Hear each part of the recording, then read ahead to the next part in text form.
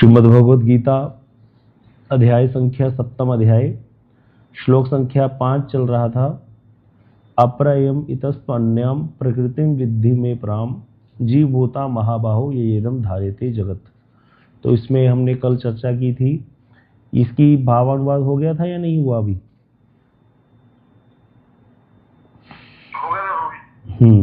भावानुवाद हो गया था।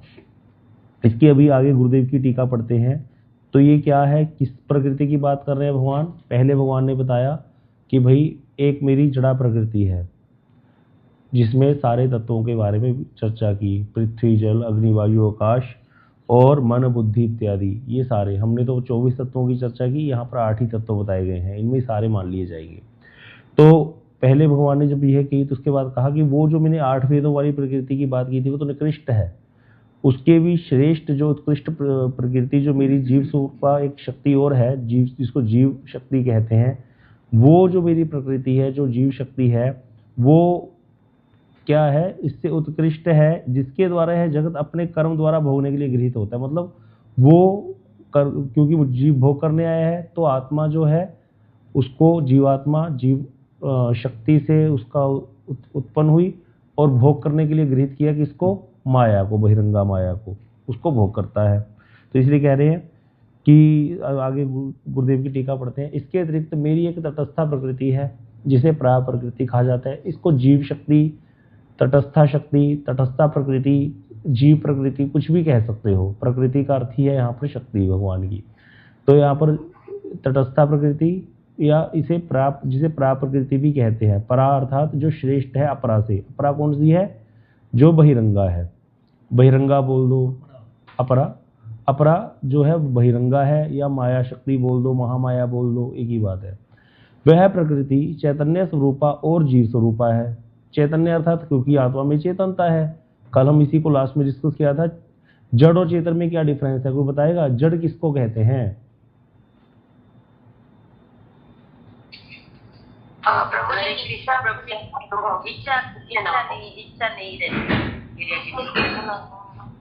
एक हाँ जी बताइए, पहले किरण माता जी आप बताइए क्या कह रहे थे?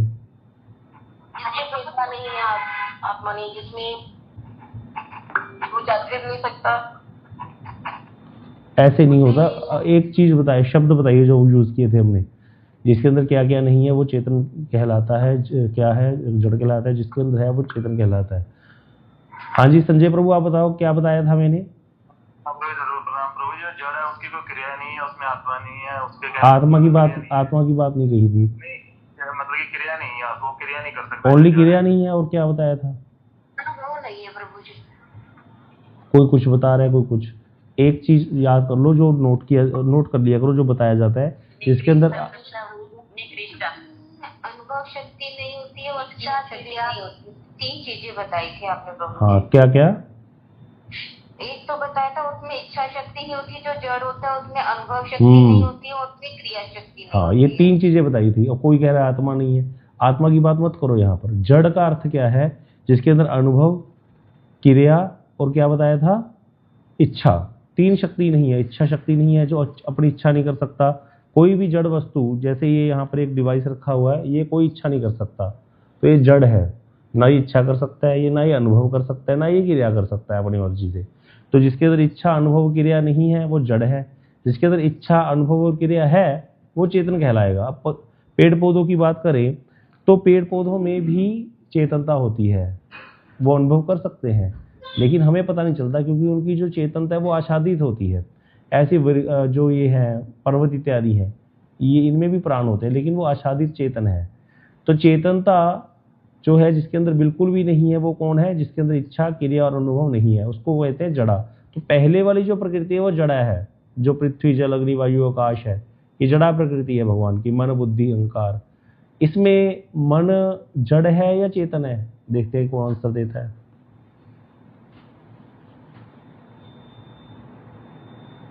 चेतन है। अगर मन चेतन होता तो फिर उसको पहले वाले में क्यों डाल दिया भगवान ने? अगर मन चेतन होता, सीधी सी बात है, जब पहले वाले में डिस्कस ही कर दिया भगवान ने, मन भी बीच में आ गया था। चौथे नंबर श्लोक पे 4th श्लोक में क्या बोला भगवान ने? भूमि रापो अनलो वायु खम मनो बुद्धि रेव च, मन और बुद्धि भी जड़ है। लेकिन अब आप कहोगे कि मन जड़ है तो मन तो इच्छा करता है। अब इसका उत्तर देखते हैं कौन देता है। प्रभु जी वो इंद्रियों द्वारा इच्छा करता है। इंद्रियों द्वारा कैसे इच्छा करेगा? इंद्रियों तो बिल्कुल ही जड़ है। बताओ, ये तो उल्टा ही हो गया बिल्कुल ही। इंद्रिया तो कभी इच्छा कर ही नहीं सकती, मन इच्छा करता है, इंद्रिया के द्वारा भोग भोगता है, मन इंजॉय करता है। लेकिन इंजॉय करता है इसका मतलब मन के अंदर चेतनता है। इंजॉय तो वही कर सकता है जो चेतनता हो, जिसके अंदर चेतनता हो। अब ये वस्तु देखो, ये जड़ है, ये क्या इंजॉय करेगा? इसको पता ही नहीं कुछ, है ना, इसके अंदर इच्छा ही नहीं है, क्रिया नहीं है। लेकिन मन जड़ बोल दिया मन को, फिर भी मन इंजॉय करता है। ये बड़ा विडंबना हो गई। इसको देखते हैं कौन बताता है।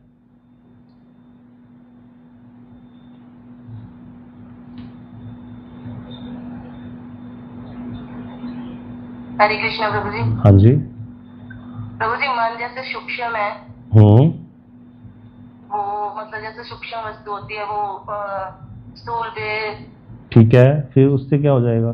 सूक्ष्म तो है मन, ठीक है, मन सूक्ष्म है, इसीलिए स्थूल अर्थात इंद्रियों को अपने पीछे लगा लेता है, ठीक है। लेकिन उससे क्या है, तो जड़ी ना।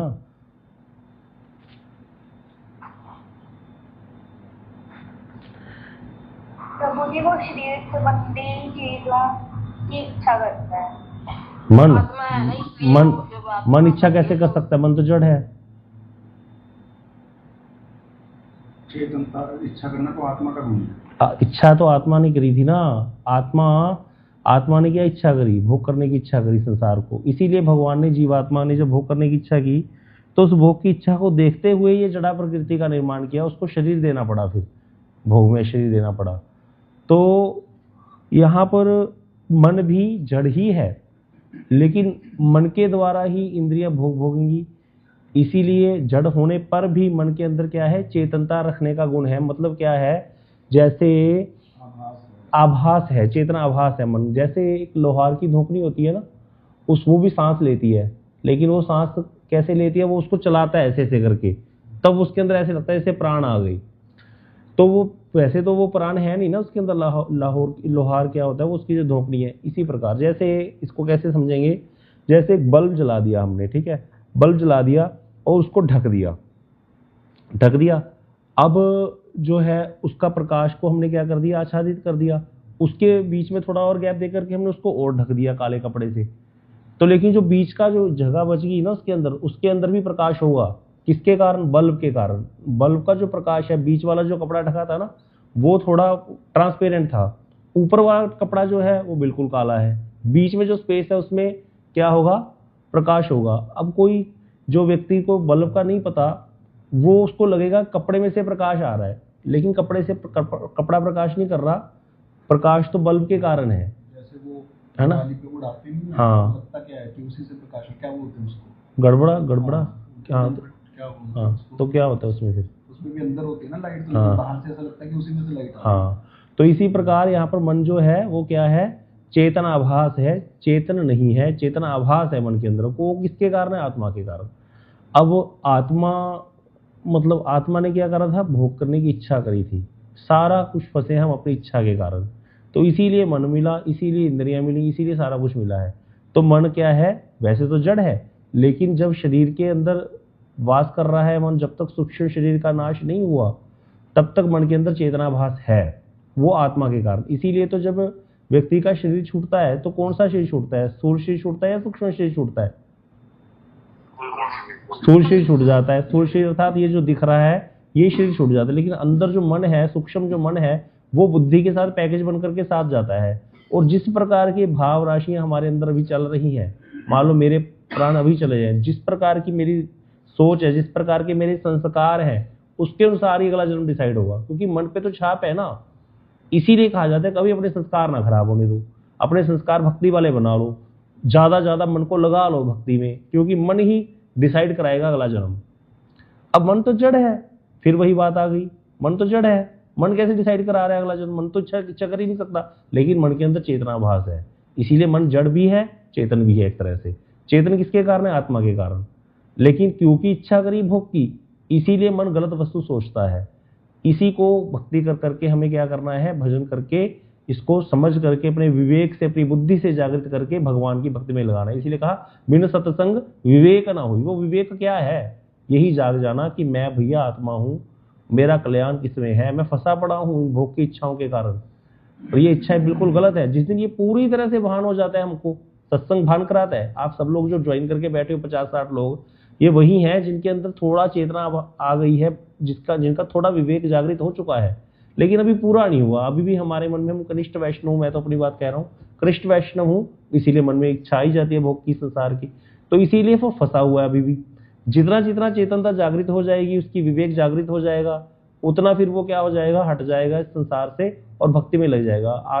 भक्ति तो आत्मा का धर्म है, मन का भी धर्म नहीं है भक्ति, क्योंकि लेकिन अभी हमारा सारी क्रिया मन से चल रही है, इसीलिए हम मन के वशीभूत हैं एक तरह से, इसीलिए मन को लगाया जाता है। कहते हैं ना, मन को लगाओ, मन को लगाओ, मन जीतता है जग जीत, बोलते हैं ना कि मन को जिसने जीत लिया उसने जगत को जीत लिया। क्यों? क्योंकि मन के कारण उलझे हुए हैं हम, लेकिन मन तो जड़ है। आत्मा ने इच्छा की थी, पहले तो जीवात्मा ने इच्छा करी ना भोग की, तो भोग की इच्छा के कारण हम फंसे हैं। इसीलिए बोला जाता है भैया कामनाएं बुरी हैं, कामनाओं का त्याग करना चाहिए, इसीलिए बोल दिया जाता है। कल ही कोई प्रश्न करने लग गया मठ में कि वो तलवाड़ा के भक्त आए थे कि प्रभु जी अभी कोई मन में इच्छा आ रही है प्रबल, क्या ठाकुर जी से मांग ले, क्या करे, समझ नहीं आ रहा, इच्छा बड़ी प्रबल है, तो क्या भाई क्या कहेंगे? वो मांग लो, क्योंकि नहीं तो किसी और देवी देवता के चक्कर में पड़ोगे, किसी पीर बाबा के चक्कर में पड़ोगे कि ठाकुर जी से मांगना नहीं चाहिए, इच्छा आ चुकी है। तो कनिष्ठ वैष्णव है, इसीलिए मांगना है तो भगवान से ही मांगो, कोई दिक्कत नहीं है। एक श्लोक है ना भागवत में, अकामो सर्व काम वाह मोक्ष काम उधार दी। चाहे अकाम है, बिल्कुल कामना नहीं है, चाहे सारी कामनाएं भरी पड़ी है, चाहे मोक्ष कामी है, सबको क्या करना चाहिए? भगवान का भजन ही करना चाहिए। तीव्र भक्ति योग, तीव्र भक्ति योग, तीव्र भक्ति योग से भगवान को यजेत पुरुषम परम, भगवान का ही यजन करना चाहिए, भगवान का ही भजन करना चाहिए। लेकिन कामनाओं के कारण हम उलझेंगे जरूर, हमें टाइम बहुत ज्यादा लग जाएगा, ये भान होना चाहिए। हाँ, कामना आ गई, भोग कर लिया, और साथ में ग्लानि हो रही है कि मैं क्यों बेवकूफ हूं, मुझे पता है कि ये मुझे फंसाने वाली चीज है, और फिर वो निकल सकता है। अगर ग्लानि होती ही नहीं है, भगवान को उपकरण मार लिया भोग का, फिर वो फंसा ही रहेगा, गति होगी बहुत देर जन्मों बाद हो जाएगी, लेकिन ग्लानि हो रही है तो वो निकल सकता है। तो इसीलिए शास्त्र में सारा अरेंजमेंट दिया हुआ है।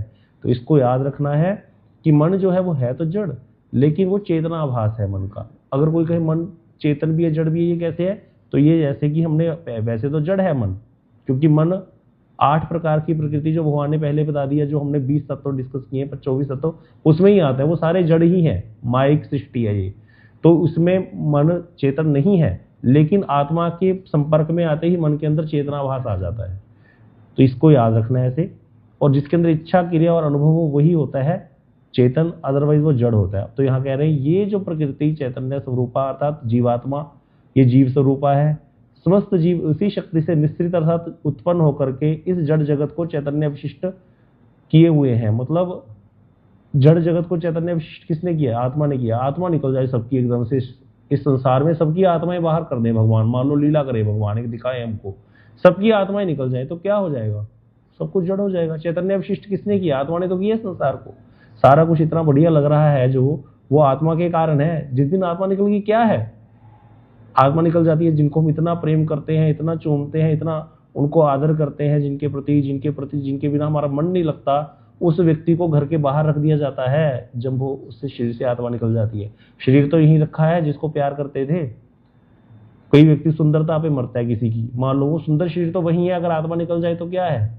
उसको जला दिया जाता है। कोई कुछ नहीं रहता, फिर जड़ हो गया वो। चैतन्य विशिष्ट इस जड़ जगत को किसने किया है? आत्मा ने किया है। और उसी आत्मा के कल्याण के लिए हम कुछ भी नहीं करते, वो आत्मा की अधोगति हुई पड़ी है। हमें तो बड़े मजे आ रहे हैं यहाँ पर संसार में, आपको पता नहीं आत्मा की कितनी अधोगति है। जीव आत्मा ये शरीर में से निकलना चाहती है, फंसी हुई है यहाँ पर। वो तो अपनी धाम में जाकर के भगवान की सेवा में अपने नित्य स्वरूप में को प्राप्त करके ही आनंद आएगा उसको, लेकिन उसने इच्छा करी इसलिए फंस गया। तो यहाँ कह रहे हैं मेरी अंतरंगा शक्ति से निश्रित चित्त जगत और बहिरंगा शक्ति से निश्रित जड़ जगत, भगवान की अंतरंगा शक्ति से जो चित्त जगत, वो अभी भगवान ने अपनी अंतरंगा शक्ति की बात यहाँ पर गुरुदेव ने कर दी। अंतरंगा शक्ति अर्थात चित्त शक्ति, तो उससे चित्त जगत प्रकट होता है। बहिरंगा शक्ति से जड़ जगत। इन दोनों जगत के उपयोगी होने के कारण, मतलब जीव जो है, जीवात्मा जो है, उसकी पोटेंसी ऐसी है कि वो यहाँ भी रह सकता है, यहाँ को इंजॉय करने की उसकी पोटेंसी है, और ठाकुर जी के धाम में जाकर के भी आनंद ले सकता है। तो इसीलिए जीव शक्ति को तटस्था कहा गया है। तटस्था अर्थात जिस तट जो होता है वो पानी के अंदर भी होता है, पानी के बाहर भी होता है, मतलब उसको सूखा भी कह सकते हो, थोड़ा सूखा भी रहता है तट, और नदी के किनारे होता है तट, तो तट नदी के अंदर भी होता है, नहीं भी होता। तो उसकी जो ऐसी जीवात्मा जो है तटस्थ स्थान पर उत्पन्न हुई, दोनों तरफ जाने की उसकी पोटेंसी थी। जिसने तो भोग करने की इच्छा की वो इधर आ गए, जिसने धाम की इच्छा करी वो वहां। तो इस जगत में कृष्ण बहिर्मुख बद्ध जीव उक्ता तटस्था शक्ति से प्रकट होते हैं। जो बहिर्मुख जीव हैं वो इस शक्ति से प्रकट होते हैं। कौन सी? जीव शक्ति से, या ये जो पराशक्ति बता दी भगवान ने, या फिर चैतन्य स्वरूपा शक्ति, इससे प्रकट होते हैं जीव। बद्ध जीव, ये बद्ध जीव वैकुंठ या उसके ऊपर स्थित गोलोक वैकुंठ से कृष्ण सेवा से विमुख होकर के इस जड़ जगत में आए हैं। यह विचार ठीक है या गलत है? यह विचार बिल्कुल गलत है। कोई व्यक्ति कहे भैया हम लोग तो वहीं बैठे थे धाम में और यहाँ आ गए, हम गोलोक से वैकुंठ से आए हैं, हम भगवान के चरणों से विमुख होकर के, ऐसा कभी नहीं हो सकता। क्योंकि भगवान ने अपने धाम के बारे में बोला है, यद गत्वा न निर्वर्तन्ते तद धाम परमम मम, जहां जाकर के वापसी नहीं होती वो मेरा धाम है। तो इसीलिए जब वहां पर थे हम, तो वहां से वापसी कैसे होगी? फिर कोई कहे नहीं भैया चित्रकेतु महाराज जी भी तो आए थे, उसको वृत्रासुर बनना पड़ गया था, जय विजय का पतन हुआ। तो बोले गुरुदेव ये एक्सेप्शंस हैं, चित्रकेतु महाराज जय विजय का कभी पतन नहीं हुआ। भगवत प्राप्ति के लिए स्वेच्छा से इस जगत में प्रकट होकर के बद्ध भूमिका का अभिनय किया था जय विजय ने। जो रावण कुंभकर्ण बने हैं, शिशुपाल दंतवक्त्र बने हैं, और यहाँ पर क्या बने हैं, जगाई मधाई बने हैं। तो ये जो हिरण्यकश्यप और हिरण्याक्ष बने हैं, तो इस जड़ जगत में उन्होंने भूमिका बनाई है बद्ध जीव की। वैसे वो हमेशा ही नित्य मुक्त ही हैं। चित्त जगत में कृष्ण सेवा में निमग्न जीव बलदेव प्रभु से, जो हर समय भगवान की सेवा में, भगवान के जन है जो, वो कृष्ण सेवा में जो निमग्न है, भगवान के परिकर जैसे नंद बाबा और जितने भी सारे परिकर हैं, रक्तरक पुष्टरक रत्रक पत्रक आदि सेवक नंद बाबा के, और भी जितने हैं, सखा हो गए, सुबल श्रीदाम आदि जितने भी भगवान के जन हैं, वो सारे कहाँ से प्रकट होते हैं? जो कृष्ण सेवा में निमग्न है वो बलदेव प्रभु से आते हैं। ये हमने पहले ही डिस्कस किया हुआ। जितने अवतार हैं, जितने भी भगवान के परिकर हैं, जितना भगवान का चित्त जगत है, वो सारा बलदेव प्रभु से प्रकट होता है। सत्ता, बलदेव प्रभु संदरी शक्ति के अधिष्ठात्र देवता है। संदरी का अर्थ होता है सत्ता, सत्ता अर्थात उनकी एग्जिस्टेंस, वो सब बलदेव प्रभु से है। और अथवा उनके अभिन्न स्वरूप महासंकर्षण से प्रकट होते हैं। मतलब बलदेव और महासंकर्षण में तो कोई फर्क ही नहीं है, तो उन्हीं का एक पार्ट है महासंकर्षण, तो वो महासंकर्षण से प्रकट होते हैं। और ये समस्त जीव नित्य मुक्त होते हैं, ये हमेशा ही मुक्त है। अगर ये इस धरती पर भी आ जाए नंद बाबा, तो वो नित्य मुक्त ही है, उनका पतन कभी भी संभव नहीं है। नंद बाबा यहाँ आए लीला के समय, तो वहां पर ये नहीं कि पतन हो गया था नंद बाबा का, वो भगवान की इच्छा से धाम से यहाँ आ गए, बस। ये तो भगवान की कृपा है। हमारे गुरुवर्ग बिल्कुल सही बताया, ये सभी वही हैं, नित्य मुक्त जीव हैं। तो इसको समझना। हैं जी? शिशुपाल भी उनके परिकर? हाँ बिल्कुल, शिशुपाल परिकर है भगवान के। और क्या? जय विजय क्या था उसका? किसका? अर्जुन की वो पुत्रिका की क्या नाम था उसका? हाँ तो फिर क्या हो गया, वध कर दिया। वो तो यहाँ पर जहाँ पर जैसी वो चल रही है उस हिसाब से वो कर दिया वध, फिर क्या हो गया। और भी पता नहीं कितने का, उन्होंने तो कृष्ण को भी गालियां दी थी शिशुपाल ने। तो इसका अर्थ ये थोड़ी हो गया कि वो भगवान का, वो तो जय विजय ही तो है। बार बार तो भागवत जी में जब नारद जी कथा सुना रहे हैं, बोलो हे युधिष्ठिर महाराज, कथा सुनाते समय नारद जी बोल रहे हैं, जब हिरण्यकश्यप की कथा सुना रहे हैं, कि इतना कुछ होने पर भी ये है भगवान का पार्षद ही, ये तो सनकादिक के श्राप से ऐसी गति को प्राप्त हुआ है। क्योंकि सनकादिक ने श्राप दिया था, और श्राप क्यों दिया था? भगवान की इच्छा से। भगवान ने स्वयं बोला सनकादिक को ये बात, जब सनकादिक को गुलानी हो रही थी, हमने श्राप क्यों दे दिया। अब प्रश्न है कि भाई ये सारी लीला हुई क्यों? क्योंकि भगवान का वीर रस का स्वादन करने की इच्छा हो रही थी। जब भगवान का वीर, कल हमने चर्चा की थी, सारे कारण भगवान के निजी होते हैं। निजी कारण ये था भगवान का वीर रस का स्वादन करने की, वीर रस का मतलब बल का स्वादन करने की इच्छा हो रही थी। अब किसी को अपने बल का स्वादन करना है, कोई बहुत बड़ा महाबली महाखली क्या होते हैं ये नाम ही नहीं पता हमें, तो वो हो, उसको करना है, कोई मेरे को थोड़ा मेरी नस नस ढीली कर दे, उसको अपने जैसा चाहिए होगा, या किसी रिक्शा वाले को पकड़ के उसके साथ युद्ध करेगा वो? उसको अपने जैसा ही चाहिए कोई। जय विजय ने देखा वहां तो वैकुंठ में कुछ छुपा नहीं रहता, सबको सभी एक दूसरे की मन की बात को जानते हैं। जय विजय ने देखा कि भगवान के मन में तो वीर रस का स्वादन करने की इच्छा हो रही है, तो इसीलिए जय विजय ने ही अपने आप को चूज कर लिया कि हम ही कराएंगे भगवान को वीर रस का स्वादन। लेकिन वीर रस का स्वादन तो तभी होगा ना जब भगवान के साथ पंगा लिया जाएगा, उसके लिए वैर भाव चाहिए। इसीलिए फिर 3 जन्म हुए, अच्छे से वीर रस का स्वादन कराया भगवान को। शिशुपाल, दत्तोत्तर, रावण, कुंभकर्ण और ये हिरण्याक्ष और हिरण्यकशिपु बन करके। तो ये मुख्य कारण है। देखो ये तो भागवत ग्रंथ में, जैसे आप कहोगे पहले तो ऐसे पढ़ाया था, कई चीजें ऐसी होती है। बच्चा माँ के पास जाता है, माँ मैं कैसे पैदा हुआ था, मैं कैसे आया था, तो माँ उसको क्या बोलती है, मैं तो तुझे उठा लाई थी, तो छत पे बैठा था, मेरा लाल, मेरा पीला, मेरा हरा, ऐसे करके उसको प्यार करने लग जाती है। वो भी खुश हो जाता है, हाँ मैं तो ऐसे ही आ गया था। अब बड़ा हो जाता है तो उसको प्रोसेस पता चल जाता है, फिर थोड़ी पूछने जाता है वो। तो इस प्रकार से कुछ चीजें ऐसी होती हैं, हमें शास्त्र पढ़ते हैं, भाई शुरू में बता दी भाई शिशुपाल दत्तवक्त्र ये भगवान के साथ ऐसे उन्होंने युद्ध किया, ऐसे हुआ। लेकिन बाद में जैसे जैसे हमें शास्त्र में प्रवेश होता जाता है तो फिर वहां पर शास्त्र में यह भी लिखा कि भगवान की भी रस का स्वादन करने की इच्छा हुई थी, इसीलिए फिर उसके लिए श्राप मिलना भी बड़ा जरूरी था।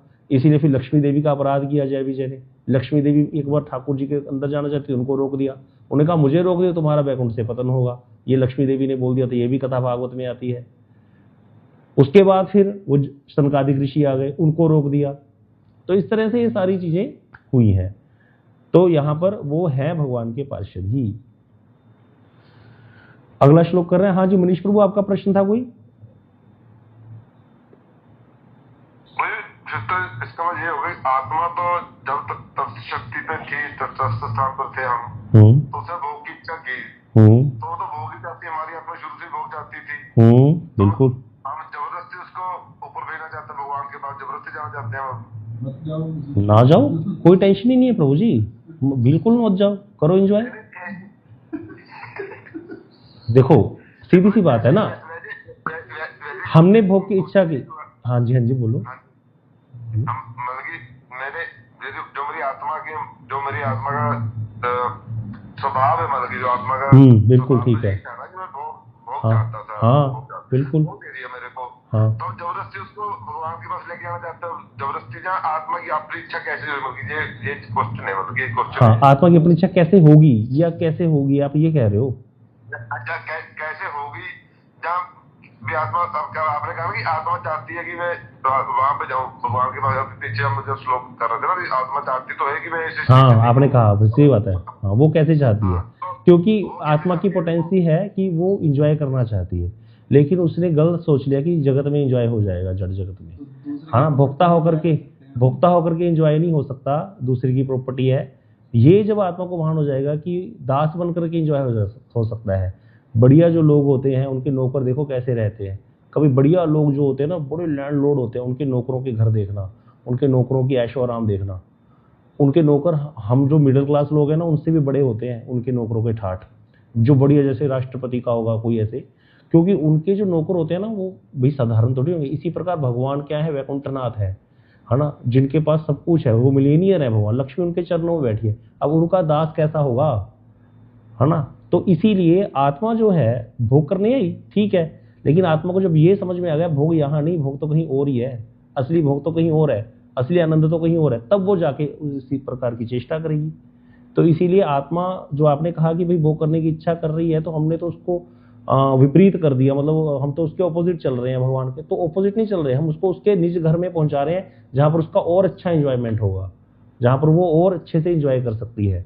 इंजॉय करने की इच्छा से आए तो इंजॉय और ज्यादा होगा, भगवान के रूप का माधुर्य का स्वादन, भगवान के सौंदर्य, भगवान का माधुर्य, ये सारा कुछ उसको मिलेगा।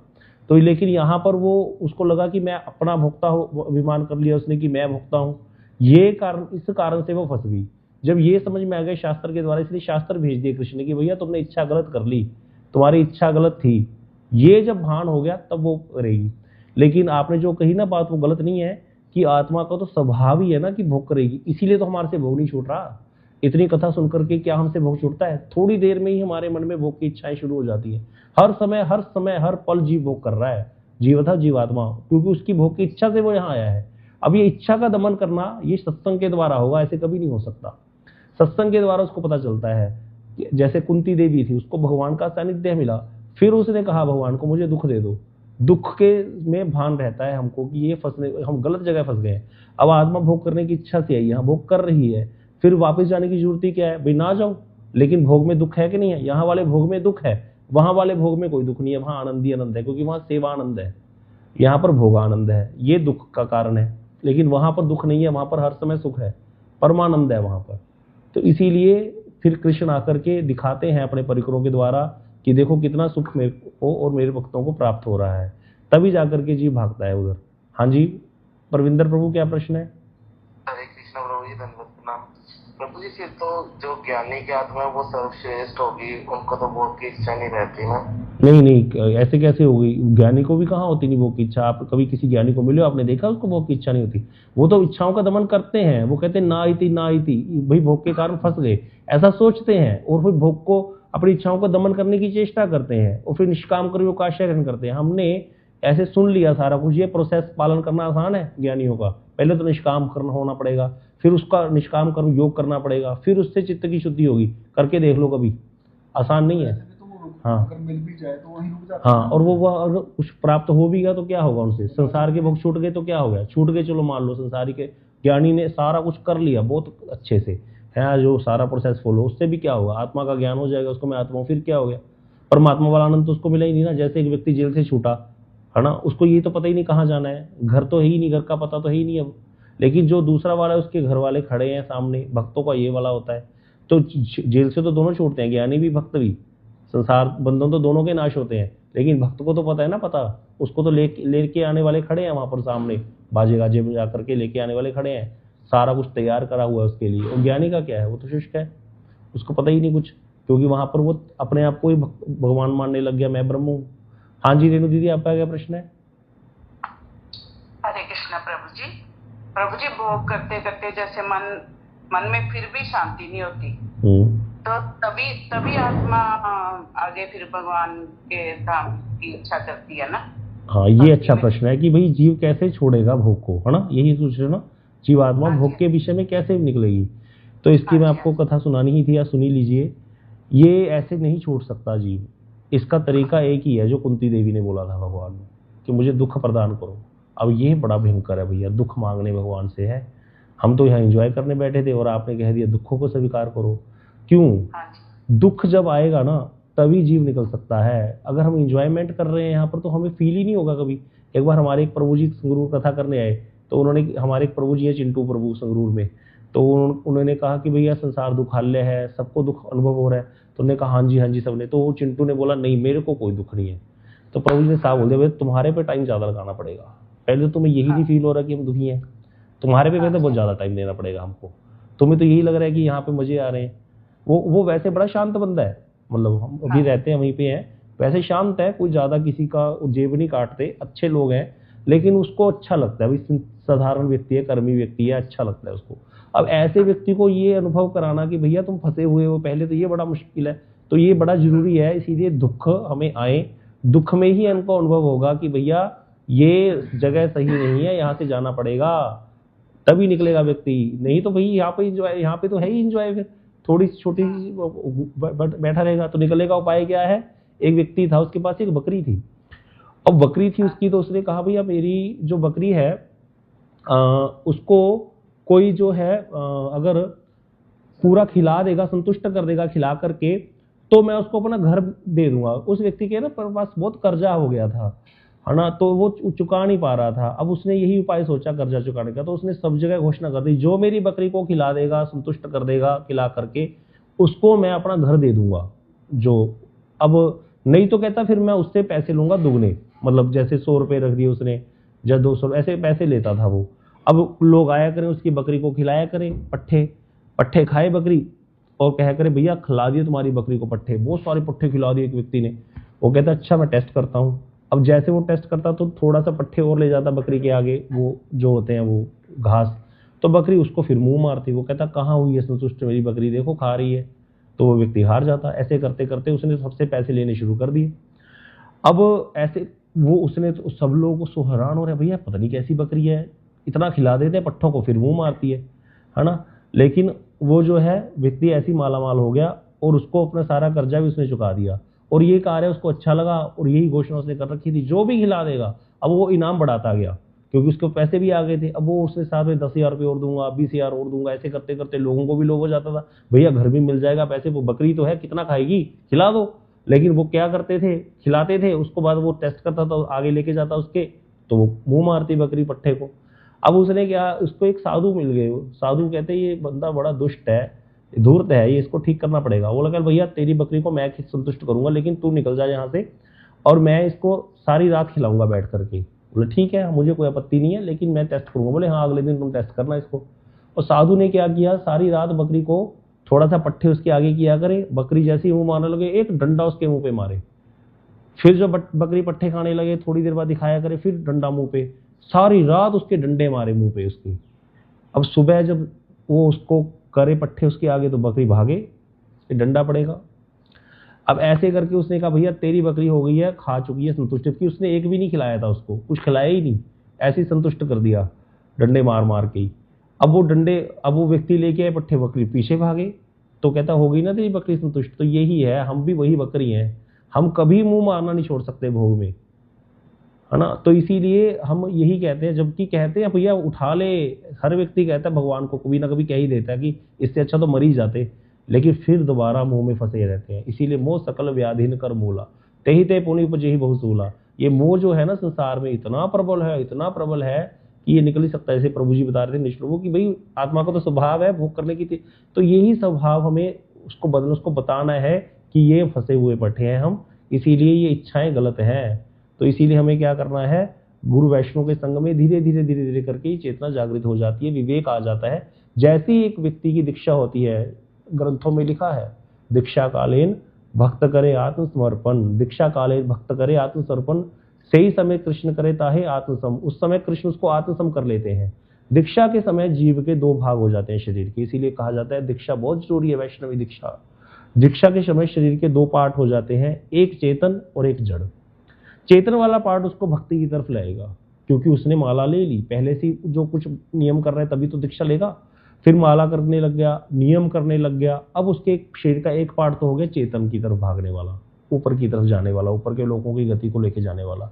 दूसरा पार्ट अभी जड़ ही है, वो उसको नीचे की तरफ धावित करा रहा है। जितना साधु संग होता जाएगा, भजन करता जाएगा, उतना चेतन वाला पार्ट विकसित होता जाएगा। आप अपने आप को देखो, सब लोग, आप लोग, मैं इनको नहीं पता, खैर हर व्यक्ति की अपनी स्टेज है, बहुत आगे भी हो सकता है कोई, लेकिन जो लोग 4-5 महीने से लगातार कथा सुन रहे हैं उनको जीवन में परिवर्तन हुआ होगा। ऐसे नहीं हो सकता, कुछ ना कुछ चेंज सबको आया होगा, कुछ ना कुछ चेंज सबको ही आया होगा, ऐसे नहीं हो सकता। जो पहले से लगे हुए तो उनको तो है ही, लेकिन ये हो ही नहीं सकता ऐसे। तो जब इतने कम समय में थोड़ा सा करने पर इतना हो गया, हम तो कोई 24 घंटे नहीं दे रहे भजन में, आधा घंटा, 1-1.5 घंटा सुबह, 1-1.5 घंटा शाम को, जितना ये हम दे रहे हैं इससे हम और बढ़ाएंगे, भजन करने लग जाएंगे। कोई लोग यहाँ पर जो दीक्षित नहीं है उनके मन में भी इच्छा हो जाए मैं भी भजन करूंगा, प्यार लसन क्या बड़ी बात है, अरे आत्मा का कल्याण करना है, छोड़ देंगे इसको। क्योंकि गौड़ीय संप्रदाय में, 4 संप्रदाय में ये नियम पक्के हैं भाई, वहां ऐसे नहीं चलेगा बाकी बाबाओं की तरह जो मर्जी खाते रहो भजन कर ले, बस ऐसे नहीं चलता। आपको नियम धारण करने पड़ेंगे। शुद्धि, आहार शुद्धि, सत्व शुद्धि। आहार शुद्ध होगा, मन शुद्ध होगा, जैसा खाओगे अन्न वैसा बनेगा मन। मन शुद्ध होगा तो भजन करने की प्रवृत्ति होगी। तो इसीलिए ये सारा कुछ सिस्टमैटिक है, पूरा प्रैक्टिकल अप्रोच है 4 संप्रदायों में। यहाँ पर कोई भी ऐसे हवा में बातें नहीं चल रही, क्योंकि कोई इच्छा तो है ही नहीं लोगों से धन इकट्ठा करना है। जो तथाकथित कथावाचक जो आम संसार में दिखते हैं, लोगों को पीछे लगाया, उनका ही मामला माजरा है। उनको कोई मतलब नहीं है किसी के उद्धार से, उनको तो अपना माल चाहिए। प्राइवेट जेट लेकर के घूम रहे हैं, ऐसे भी कथावाचक है जिनके प्राइवेट जेट है। बताओ, भक्ति मार्ग का पथिक हो और प्राइवेट जेट पे चलेगा? सोचो तो सही, कैसा मार्ग है भक्ति मार्ग। तो ये जो है, ये किसी किसी विशेष व्यक्ति को ही समझ में आएगी, क्योंकि भगवान ने पहले ही बोल दिया कि मनुष्याणाम सहस्रेषु कश्चिन जतति सिद्धे, कोई कोई होगा और फिर उनमें प्रयत्न करने वालों में कोई एक ही प्राप्त करेगा, बिरला ही होगा कृष्ण भक्त। हमने कितना चर्चा की पिछले 2-3 पहले, जो दुर्लभ है कृष्ण भक्त, तो वो दुर्लभ लोग ही लगेंगे और वही भजन करेंगे। इसीलिए हमेशा याद रखना है, जो भजन कर रहे हो कभी अपना उत्साह डाउन होने नहीं देना। यही समझना है कि मैं जो कर रहा हूँ बिल्कुल सही है, मेरे साथ कभी ज्यादा लोग नहीं हो सकते। हाँ, संग हमें बढ़ाना है, लेकिन ये बात भी स्मरण रखनी है कि भगवान ने गीता में बोल रखा है, ज्यादा भक्ति में लोग नहीं आ सकते। सुनार की दुकान पे बहुत ज्यादा लोग नहीं खड़े होते, कभी देख लेना। परचून की दुकान पे तो रश रहता ही हर समय, सुनार की दुकान पे तो वही कम ही जाते हैं। भैया जिसके पास उतनी प्रॉपर्टी, पैसा, धन, जेबें भरी होगी वही जाएगा। हम तो, मैं तो आज तक नहीं विजिट किया, अपनी बात कहूँ। भाई कुछ होगा, कोई इच्छा होगी, भाई पैसे होंगे तभी तो जाएंगे कुछ खरीदने, सोना वगैरह या हीरे वगैरह। तो ऐसी जो डायमंड शॉप्स होती है उस पर हर व्यक्ति नहीं जा सकता, ठीक है ना। तो इसीलिए इस चीज को समझ ले गया जो वही भजन करेगा अपने आप को बढ़ा के। लेकिन भक्ति के लिए हमें संग चाहिए होता है, इसीलिए संग बढ़ाना चाहिए धीरे धीरे। हर व्यक्ति को प्रेम से बात करो, ऐसा स्वभाव कर लो अपना, बी लाइक वाटर, कि हमने तो अपना रास्ता निकाल ही लेना है, पानी तो रास्ता निकाल लेता है अपना, लेकिन अगर कोई संग में मिल जाए तो अच्छा है। राधा कृष्ण बोलो, संगे चलो, यही मात्र भिक्षा चाहिए। हमें ये भिक्षा चाहिए भैया, राधा कृष्ण बोलो, आ जाओ मेरे साथ, मिलके भजन करेंगे। लेकिन कोई कहोगे मैं तो करूंगा नहीं, तू जा, तुझे पड़ी है, मेरे को तो मजे आ रहे हैं यहाँ पर। भैया हाथ जोड़ दो, उसको प्रणाम कर दो, फिर कोई और लोग ढूंढ लो। 130 करोड़ हिंदू हैं, कम थोड़ी हैं। आराम से करो प्रचार, क्या चिंता है। हाँ जी प्रभु जी, मनीष प्रभु क्या प्रश्न है? हाँ नहीं वो तो है ही, मैं तो कह रहा हूँ ये तो दुकान है ही सुनार की, गुरु वर्गों ने कितनी बढ़िया दुकान दी है हमको, तो ये तो है ही। हाँ तो ये तो बहुत अच्छा कार्य है, आप सब करो इसको। यही तो महाराज जी का वैशिष्ट है, हमारे अपने आप को उन्होंने समर्पित कर दिया। मुझे तो कई बार लगता है कि शायद हमको दर्शन हो महाराज जी, विमान आए महाराज जी के लिए, ऐसा उनका वैशिष्ट है, इतना लगे हुए हैं। कई संतों का हम संग करते हैं, ऐसी बात नहीं है, लेकिन महाराज जी जैसा हमें कोई नहीं दिखा भी इस टाइम पे, जैसा उन्होंने अपने आप को समर्पित कर रखा है जीव कल्याण के लिए। भाई मैं तो उनके साथ रहता नहीं हूँ इसी कारण, क्योंकि वो बहुत भागते हैं, मेरे से नहीं हो सकता इतना। हम तो अपना रेस्ट देखते हैं अभी पहले, सीधी सी बात है, लेकिन वो तो देखते ही नहीं है कुछ, उनको पता ही नहीं चलता कुछ, सारा दिन इसी में लगे रहते। कोई आ जाए 1.5 घंटा मत्था पच्ची करते हैं, हमें तो शक्ल देख के पता चल जाता है ये व्यक्ति कर्मी एक नंबर का, कुछ नहीं सुनने वाला, ऐसे ऐसे सिर हिला रहा है, अपनी कोई भोग की इच्छा से आया है, लेकिन फिर भी लगते हैं उस पर, फिर भी पता है, सब पता है कपटी है एक नंबर का, फिर भी लगे रहते हैं कि नहीं जीव आत्मा है, कभी तो स्वभाव चेंज हो जाएगा इसका, मन समझ ही जाएगा। भाई कितना कितना प्रयास करते हैं। तो ऐसे संतों को प्रणाम है।